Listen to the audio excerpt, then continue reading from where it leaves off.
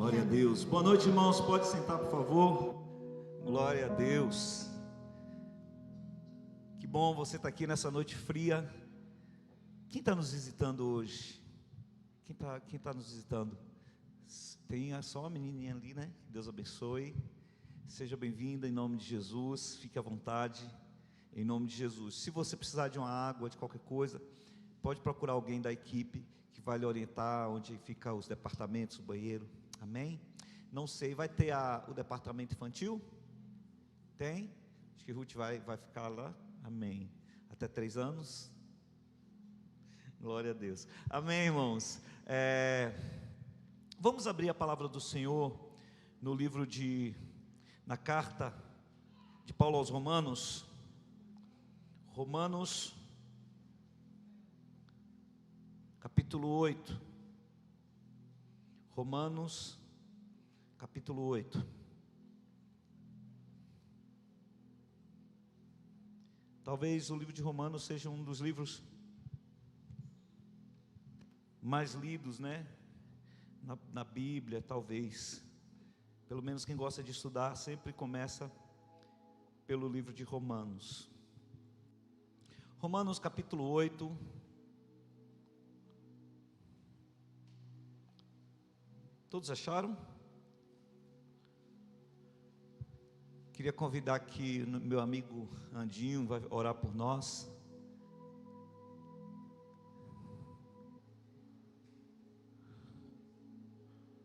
Pela igreja,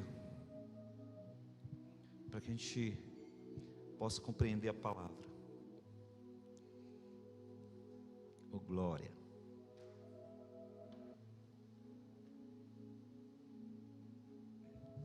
Amém, irmãos. Senhor Deus e eterno Pai, mais uma vez, Pai, estamos aqui, Senhor, em busca de Te ouvir, Pai, em saber mais de Ti, Senhor, em busca de edificação, Senhor, que Tu possas, Pai, falar conosco nessa noite, através do Teu Filho, Pai, que possamos, Senhor, ouvir a Tua voz de uma forma poderosa nessa noite, Pai. Nos traz, Senhor, a palavra de consolo, de alinhamento, seja o que for, Senhor, que Tu tenha preparado para nós nessa noite, Pai. Ó Deus, que ela possa falar em nossos corações, Senhor. É o que Te pedimos, Pai, que essa palavra possa enraizar, Senhor, e florescer, Senhor, e que possamos praticar, Senhor, nas nossas vidas, Pai. É o que Te pedimos nessa noite, Senhor, em nome de Jesus. Amém. Deus abençoe. Romanos 8, verso 28, esse é para quem conhece, é bom demais. Amém?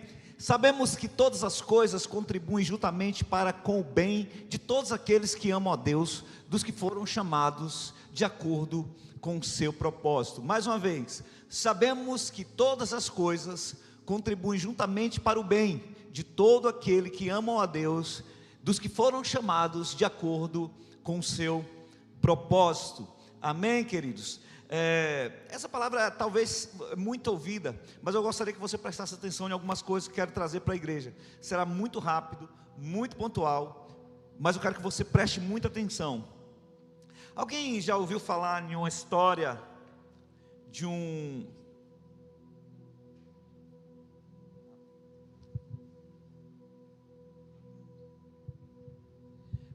em uma história de um homem cristão que sonhava fazer uma viagem, essa história é bem conhecida, sonhava fazer uma viagem de cruzeiro, e ele orou, pediu a Deus, e Deus o abençoou, e ele foi. Era um homem, na história que conta, o nome dele era o Senhor Gratidão, que tudo ele era grato a Deus, era um homem piedoso, sempre dizia a Deus que Deus o conduzia em todas as coisas, nunca reclamou de nada.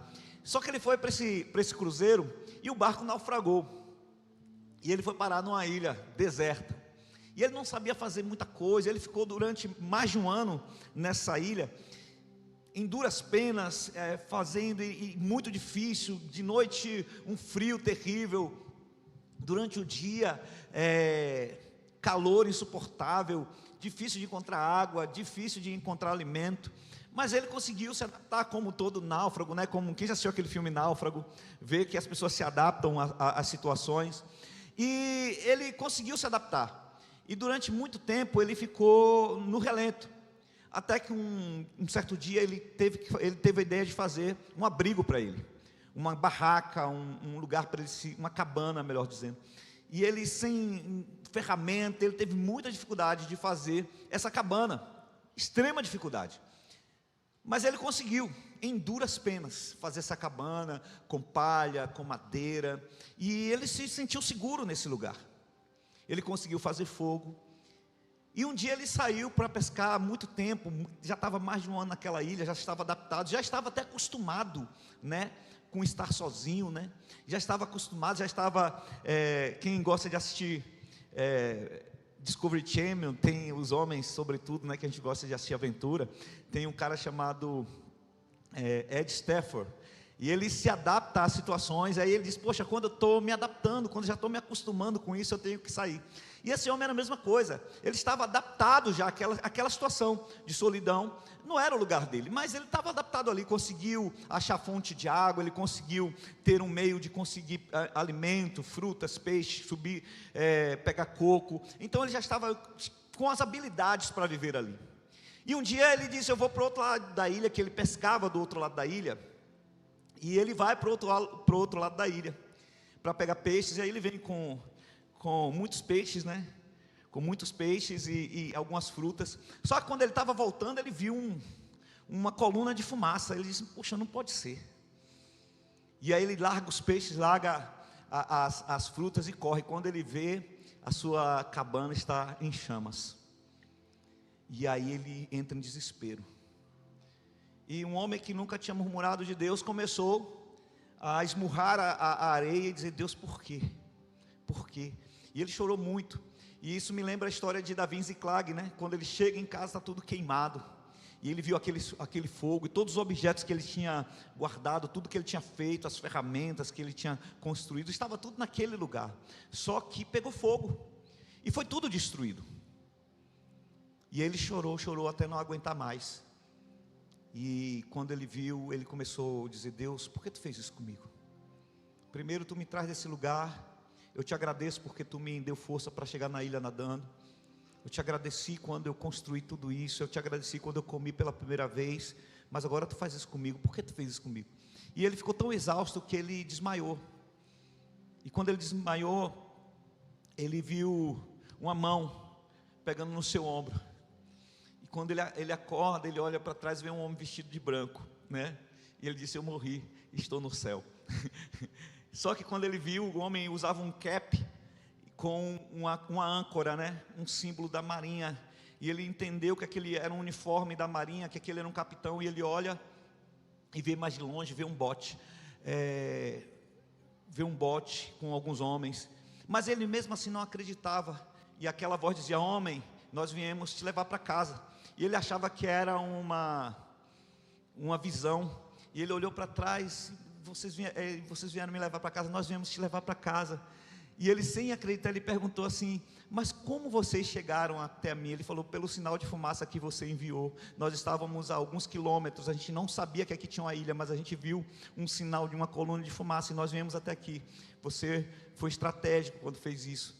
E ele lembrou que quem queimou a cabana dele foi o próprio Deus.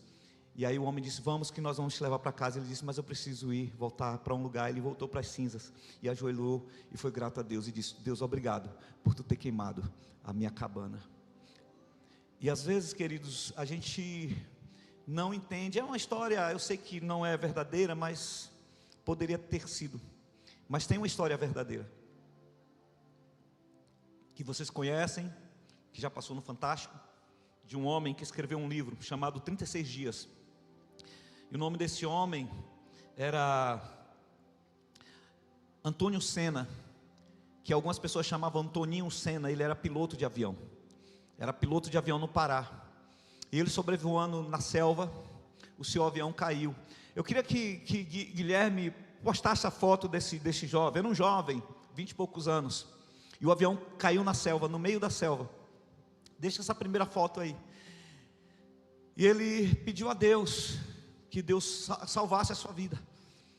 E ele caiu na selva. E ele sabia que para sobreviver na selva, Ele não teve um arranhão. Olha que loucura. Mas caiu no meio da selva. Quem já viu essa história? Passou no Fantástico, passou. E ele pedia a Deus, que ele sabia que na selva chovia muito. Ele disse: Deus, eu só te peço que não deixa chover, eu preciso fazer fogo. Eu preciso me aquecer. Porque como a selva é muito úmida, né, à noite é muito frio também. Porque você fica muito molhado, e ele estava com medo de adoecer.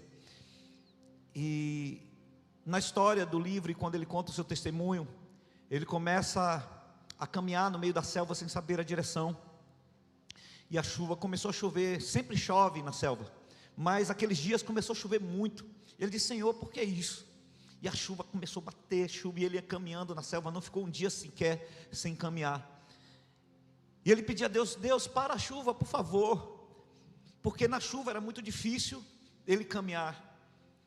Mas ele conseguiu se alimentar com alguns açaís que ele achava, castanhas do Pará, que ele com dificuldade também conseguia consumir. Porque quem consome castanha do Pará in natura sabe que a segunda casca dela é extremamente dura. E ele conseguiu comer algumas castanhas, e só pedia a Deus para parar a chuva. E Deus não parou a chuva. Quanto mais ele pedia para Deus parar a chuva, mais a chuva se intensificava. E quando ele já estava entrando em desespero, ele ficou em algum lugar, e os rios da Amazônia começou a subir muito. Subia muito, ele entrava em desespero. Ele disse: Deus, por quê? Aí 36 dias depois de andar na mata, de ser quase consumido, né, pelos insetos, que os insetos na Amazônia é pior. 36 dias depois, ele estava descansando em um lugar. Ele viu uma conversa de pessoas, e ele começou a gritar por socorro. E as pessoas foram até ele. Quando as pessoas chegaram lá, eram coletores de castanha do Pará. Mas por que eles estavam ali? Ali não era um lugar que eles escolhiam castanha, mas o lugar onde eles escolhiam castanha, por conta da chuva, ficou alagado. E como ficou alagado, eles tinham que procurar lugares que encontrasse a castanha. E foi justamente no lugar que ele estava. E aí tem uma segunda foto, que é essa turma aqui, que o encontrou. Um monte de gente simples, e ele está ali. A foto inteira é legal, a roupa dele toda suja. Aí ele já tinha arrumado o cabelo, né? Eu falei: rapaz, o cara ainda tem tempo de arrumar o cabelo para tirar foto. E essa turma o encontrou.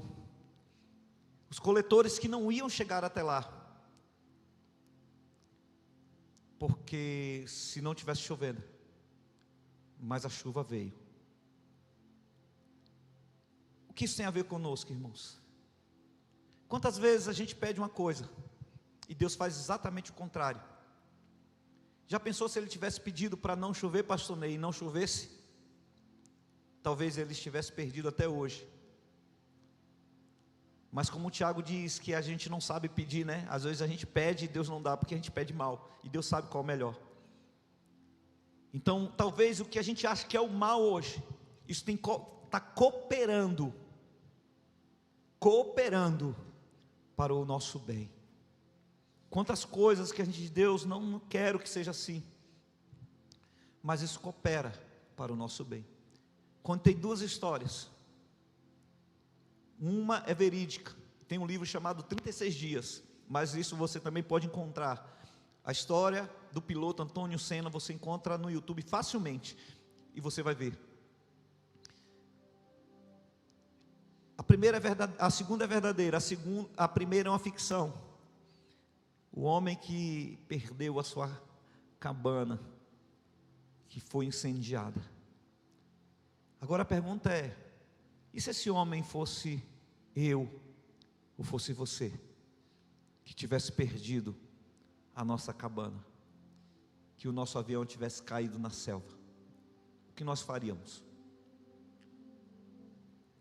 O que nós faríamos? Todos os dois homens queriam guardar uma coisa, e Deus fez exatamente o contrário.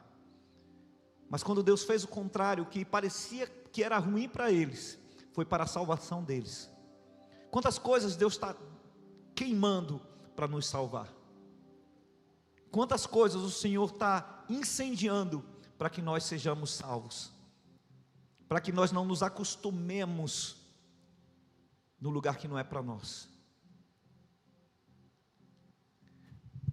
Em Lucas capítulo 5, vou ler só do 1 ao 6. Lucas capítulo 5, só do 1 ao 6. Certo dia, Jesus estava perto do lago de Genezaré, e uma grande multidão o comprimia de todos os lados para ouvir a sua palavra. Só até aí. Veja só, Jesus estava perto do lago, e ele estava sendo apertado por uma multidão, e a multidão o comprimia, e ele tinha que sair se afastando, e ele chega no lago. Verso 2: então ele viu à beira do lago 2 barcos, deixados ali pelos pescadores, que estavam lavando as suas redes. Entrando em um dos barcos, o que pertencia a Simão, pediu-lhe que se afastasse um pouco da praia. Então sentou-se e do barco ensinava o povo. Tendo acabado de falar, disse a Simão: vá para onde as águas são mais fundas e lance as redes para a pesca. Simão respondeu: mestre, trabalhamos muito a noite inteira e não pegamos nada, mas porque és tu que está dizendo isso, vou lançar as redes. Quando fizeram, pegaram tal quantidade de peixes que as redes começaram a se romper. Esse episódio é da pesca maravilhosa, mas eu queria contextualizar uma coisa para vocês, irmãos. A gente passa da perspectiva daquele dia, daquela manhã, mas a história começa que Jesus estava ali, perto do lago, e havia uma multidão que o apertava, uma multidão que o comprimia, e Jesus estava sem saída, e de repente Jesus vê 2 barcos, mas de quem eram aqueles barcos? Aqueles barcos não eram para estar ali naquela hora, mas eles estavam, por quê? Porque eles não pescaram a noite inteira. Era um pescador experiente, era Simão. Simão era um pescador experiente. Os estudiosos dizem que eles tinham como eu posso dizer, uma cooperativa de pescadores. Simão, ele sabia do que estava fazendo. O mar era Genezaré, tinha muitos peixes, mas ele disse: trabalhamos muito, toda a noite, e nada pegamos, a noite inteira sem pegar absolutamente nada, lançando a rede 1, lançando a rede 2, lançando a rede 10, lançando a rede 20 vezes, e sem pegar nada, absolutamente nada. Imagine a frustração à noite, imagine a raiva à noite, imagine o desespero. Eu tenho contas a pagar, eu tenho compromissos a cumprir, eu tenho pessoas que dependem de mim. Você acha que talvez, você olhando, quem conhece a Bíblia sabe que Pedro, ele sempre foi um homem religioso e temente a Deus. Você acha que ele não clamou: oh Deus, tem misericórdia, envia um peixe? Nenhuma piaba saía na rede, pastor Ney. Veja só o que ele diz, verso 5, melhor dizendo: mestre, trabalhamos muito a noite inteira e não pegamos nada. Os barcos vazios na beira da praia, e homens pescadores lavando as redes, frustrados, derrotados. Barcos vazios, depois de ter lançado a rede muitas vezes.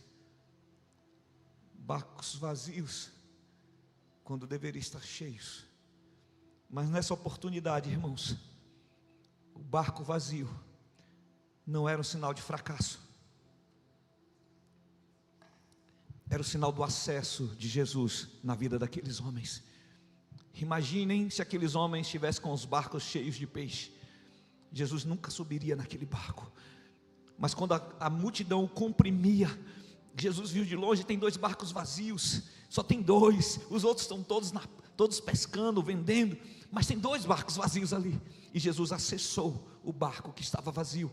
Jesus acessou o barco daquele que tinha sido frustrado durante toda a noite, daquele que estava cansado de trabalhar toda a noite, e Jesus acessa aquele lugar.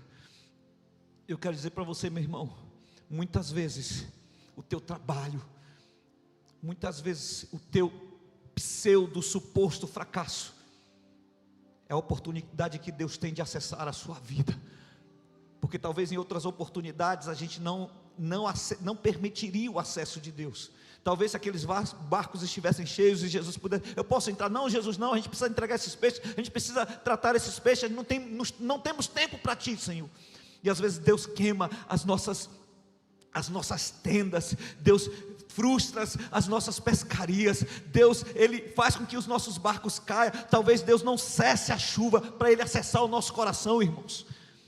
E é sobre isso que Romanos diz: todas as coisas cooperam para o bem. Não diz as coisas boas, mas todas elas. E muitas vezes, sobretudo, as coisas ruins é o acesso que Deus tem ao nosso coração. Você pode dizer um amém, irmãos? Eu lembro muito da mãe de antigamente, irmãos, era lindo como era pregado o evangelho. Hoje, né, a gente prega assim: você vem porque o Senhor tem isso, tem aquilo para você. Antigamente a gente diz: se você não vem pelo amor, você vem pela dor. Irmãos, via de regra é a dor que nos leva a Deus.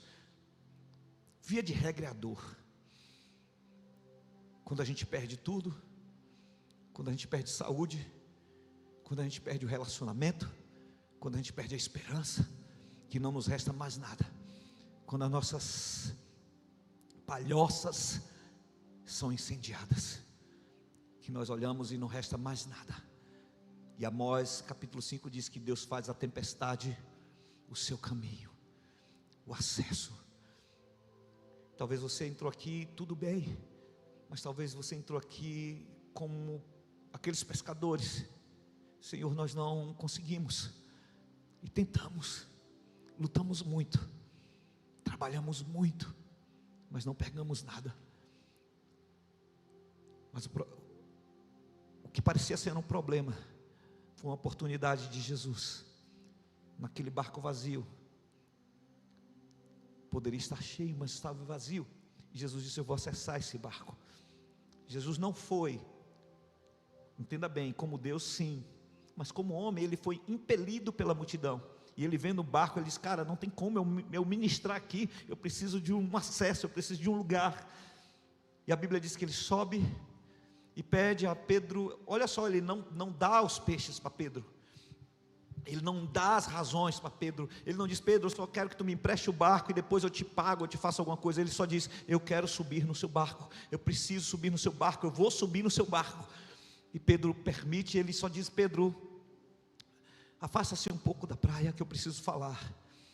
E aquele homem que estava ocupado lavando as suas redes, deixou suas ocupações e foi servir ao mestre, mesmo frustrado, mesmo com contas a pagar, mesmo com preocupações. Ele deixa as suas redes, sobe no barco, tudo bem, se afasta um pouco. Jesus prega não sei quanto tempo, 1 hora, meia hora, 2 horas, mas ele estava ali a serviço do mestre.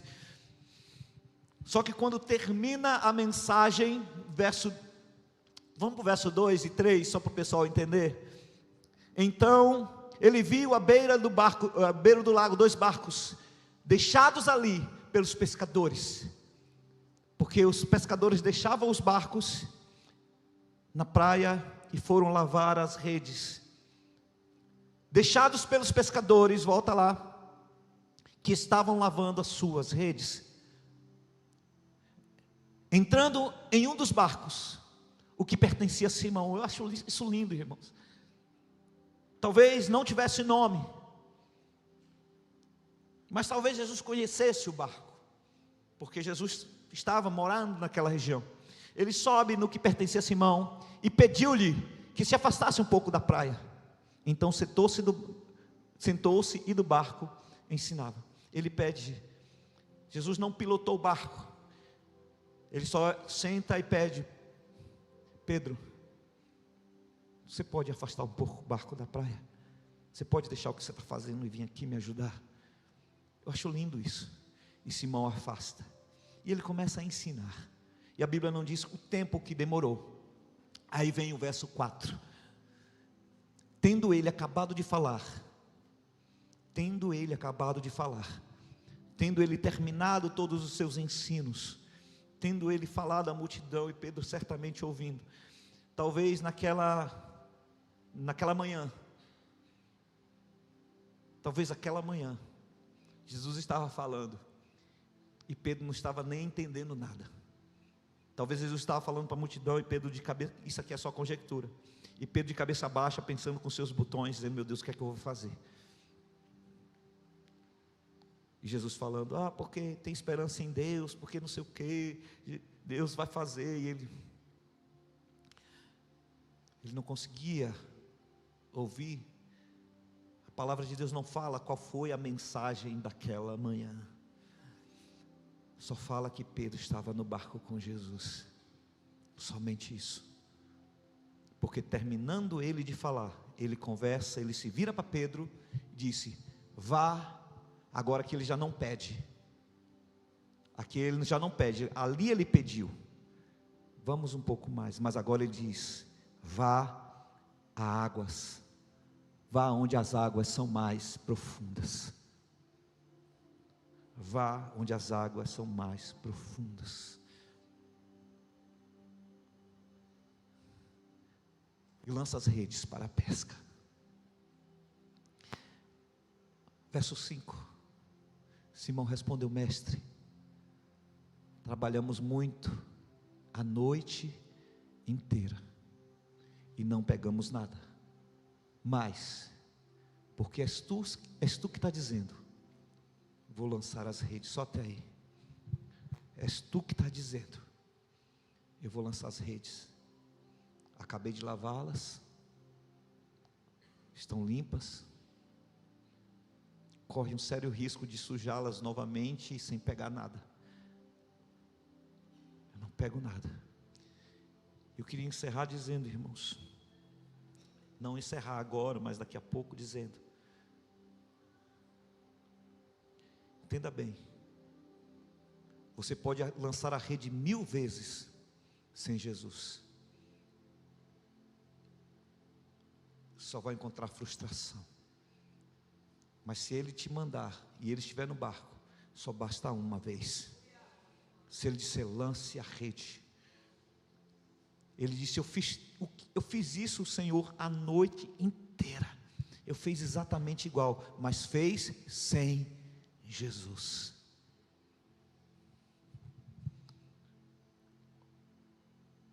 João 15, verso 5: sem mim, nada podeis fazer. Todas as nossas tentativas de arrumar a casa, de arrumar as coisas sem Cristo, é frustração. Mas com Ele,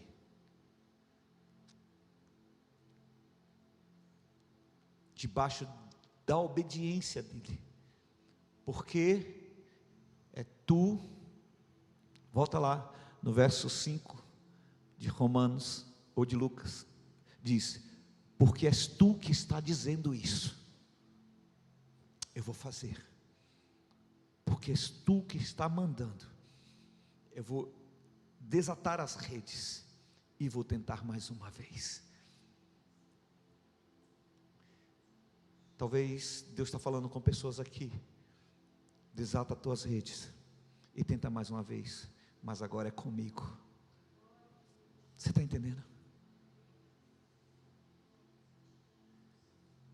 E a Bíblia diz no verso 6: quando o fizeram,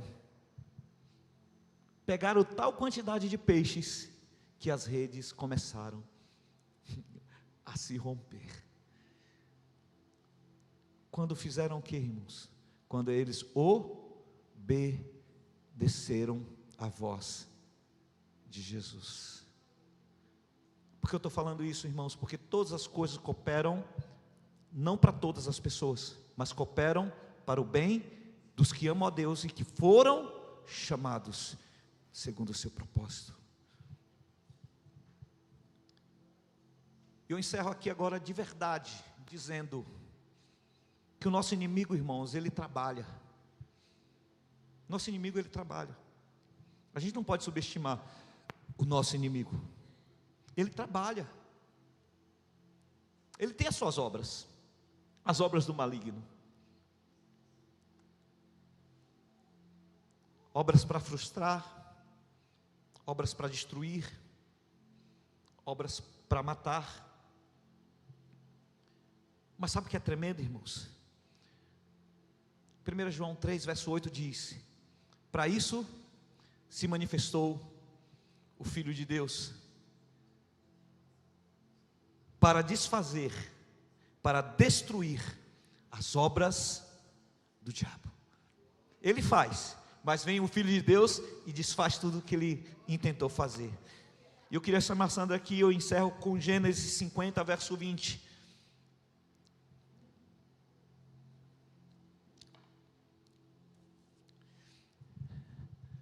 Isso aqui é José falando. Não é que não existe tempo que as nossas tendas não sejam queimadas, que os nossos aviões não venham a cair, sabe, irmãos? Mas para isso se manifestou o Filho, para tornar a pescaria frustrada em uma pescaria abundante, para mudar a nossa história. Olha o que José diz: vocês planejaram o mal contra mim, e foi um fato. E a pergunta é: José sofreu o mal, sim ou não? Sim. Vocês planejaram o mal contra mim, mas Deus o planejou para o bem, para que a vida de um numeroso povo fosse salva. Gostaria que fosse na versão da Ara, que eu acho até interessante. Vós, na verdade, intentastes o mal contra mim, porém Deus o tornou em bem. Quando Deus chega, todo mal, todo plano ardiloso do inimigo, toda frustração é transformada. Quando a nuvem de chuva começa a cair, você diz: não deixa cair não, Senhor, e o Senhor deixa cair. Nós cantamos uma canção, acho que vocês ouviram: se eu não tenho a ti, não tenho nada. Quem conhece a história dessa canção? Por que o homem fez essa canção?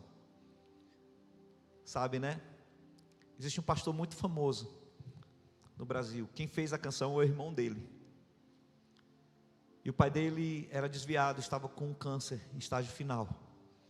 E ele pede para chamar o filho e diz: olha, eu estou com muito medo. Estou com medo de morrer e ir para o inferno. E o pastor, que é famoso, você sabe quem é, vai e ele se converte. E a última coisa que ele faz com o pai é servir a ceia. E quando eu estava servindo a ceia, o pai, com dificuldade, já não se movia, tinha tido AVC, com o lado esquecido. Ele pede para cantar uma última canção, porque queria cantar uma canção, e cantou aquela música, foi na cruz, onde o dia eu vi os meus pecados castigarem Jesus. Foi ali pela fé que meus olhos abriu, eu agora me alegro em sua luz. Aí vai contando a história. E aquela cena foi tão impactante que 2 meses depois estava sendo gravada essa música: se eu não tenho a ti, eu não tenho nada. Às vezes Deus traz situações que vão cooperar para o nosso bem. Então é sobre isso que eu queria deixar nessa noite. O inimigo vai lutar, vai fazer coisas, mas Deus manifestará o seu Filho nas nossas vidas, para desfazer todas as obras do diabo. Amém? Não tenha medo quando vê sua zona de conforto sendo abalada. Não tenha medo quando vê a sua cabana em chamas. Na hora certa o Senhor vai dizer para você o propósito. Só continue o amando e o obedecendo, em nome de Jesus.